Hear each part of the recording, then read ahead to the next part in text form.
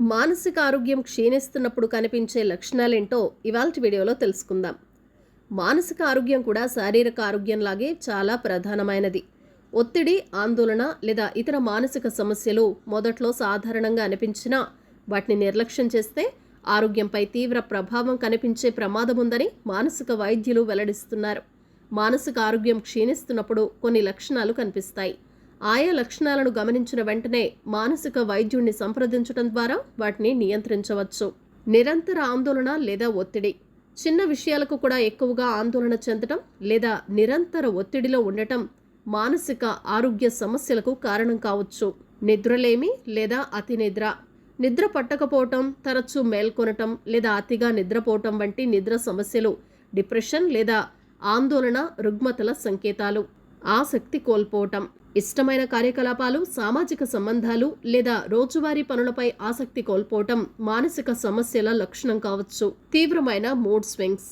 అకారణంగా ఒక్కోసారి సంతోషం, మరోసారి దిగులు లేదా కోపంగా ఉండటం బైపోలార్ డిజార్డర్ వంటి సమస్యలు కనిపిస్తాయి. ఆకలి లేదా బరువులో మార్పులు. ఆకలి తగ్గటం, అతిగా తినటం లేదా ఊహించని విధంగా బరువు తగ్గటం లేదా పెరగటం మానసిక ఆరోగ్య సమస్యలతో ముడిపడి ఉండవచ్చు. ఏకాగ్రత లోపం. పనిలో లేదా రోజువారీ కార్యకలాపాల్లో ఏకాగ్రత కోల్పోవటం, నిర్ణయాలు తీసుకోలేకపోవటం మానసిక ఒత్తిడి లేదా డిప్రెషన్ వంటివి మానసిక సమస్యలకు సంకేతాలు కావచ్చు. నొప్పులు. తలనొప్పి, శరీరపు నొప్పులు లేదా కడుపు సంబంధిత సమస్యలు మానసిక ఒత్తిడితో సంబంధం కలిగి ఉండవచ్చు. ఒంటరితనాన్ని కోరుకోవటం.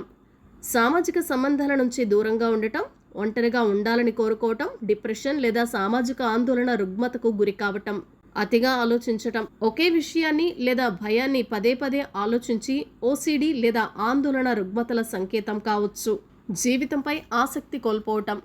జీవితంపై ఆసక్తి కోల్పోవటం, ఆత్మహత్య గురించి ఆలోచించటం లేదా ఇతరులతో ఈ ఆలోచనలను పంచుకోవటం తీవ్రమైన మానసిక సమస్యల సూచన.